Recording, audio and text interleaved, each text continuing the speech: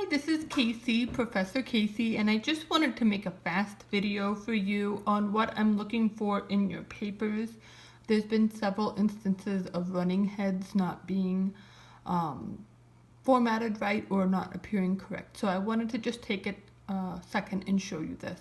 I apologize for my video feed. I am on vacation right now, so I'm not at home with my normal setup. So hopefully this is clear and you can see it. The first thing on your papers, a lot of them are appearing like this, and what needs to happen is you need to double click right here into your nursing practice models and make sure that this selection right at the top, different first page, is selected. A lot of times that will erase what you currently have for your running head and give you a place that's different and already formatted from the template that GCU provided that says running head. But this one doesn't have it, so we need to add it. Running with a lowercase h for head. And then the other thing is your running head always needs to be all caps. So this section you need to format or just type it in all caps.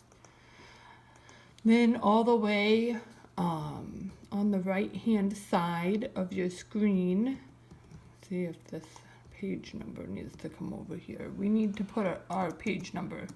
So when you get your cursor where the page number needs to be, you can use right here, page number, and you want to put it in the current position, number 1. We need to put it in the right spot. Then we need to have the title of our article or of our paper, your name, the Grand Canyon, and the class number and the date. Then we come to the first page, the second page, and your heading is different on this page. So it should only have your running head without the words running head. And again, it should be all caps. So we're going to make that all caps right there. Okay. The next section, the next part of your page, if you double click out of there, should be, sorry everybody, should be your title. The title of your paper is not bold. It should just be simply a restatement of your paper title that you used on your title page. So they should match, not bold. And then we go right into our introduction. Our introduction does not get a heading.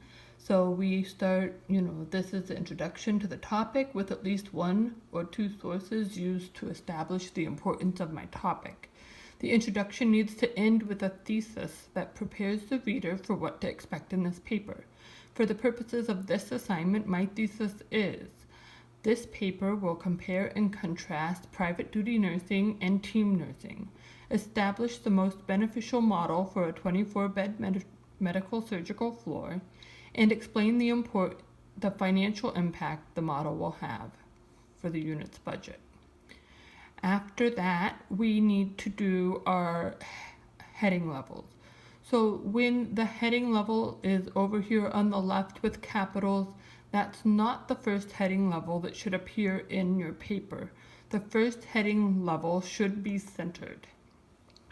When you find yourself using at least 3 or more heading levels, you may need to use the second heading level, which would be on the left side with capitalization.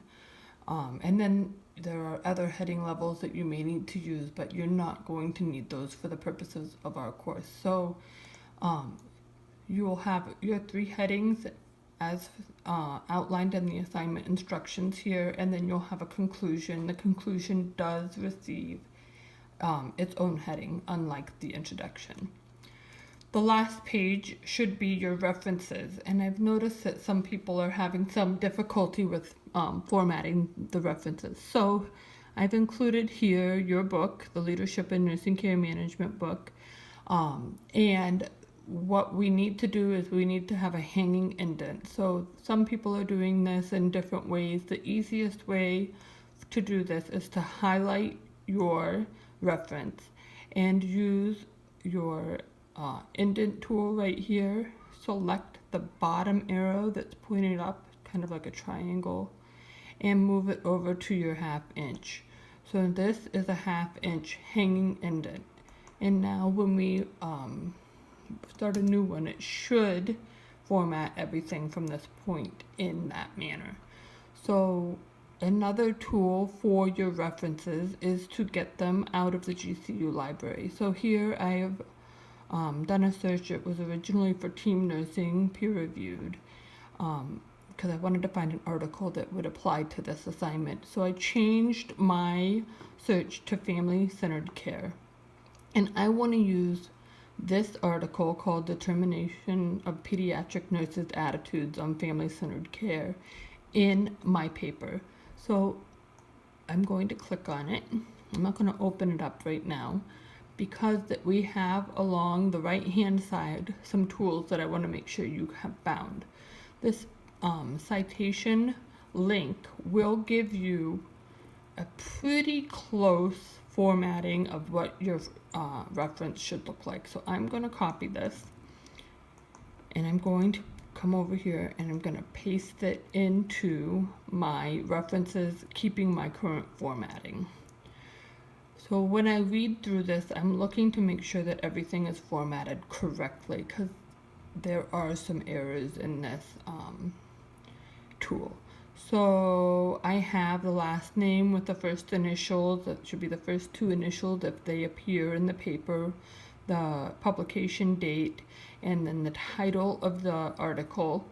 Now the title of the article should not be italicized, but it does need to have only the first letter of the title capitalized. So I'm going to go through and fix that right here. And then we have the title of our journal.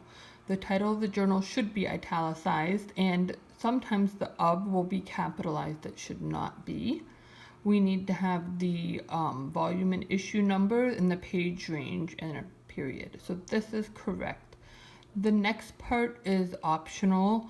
It's encouraged, especially since you're a student. It allows everybody to find the source that you found your article in. So I'm going to leave this section. And now that is generally what you need to be looking at and doing for your papers.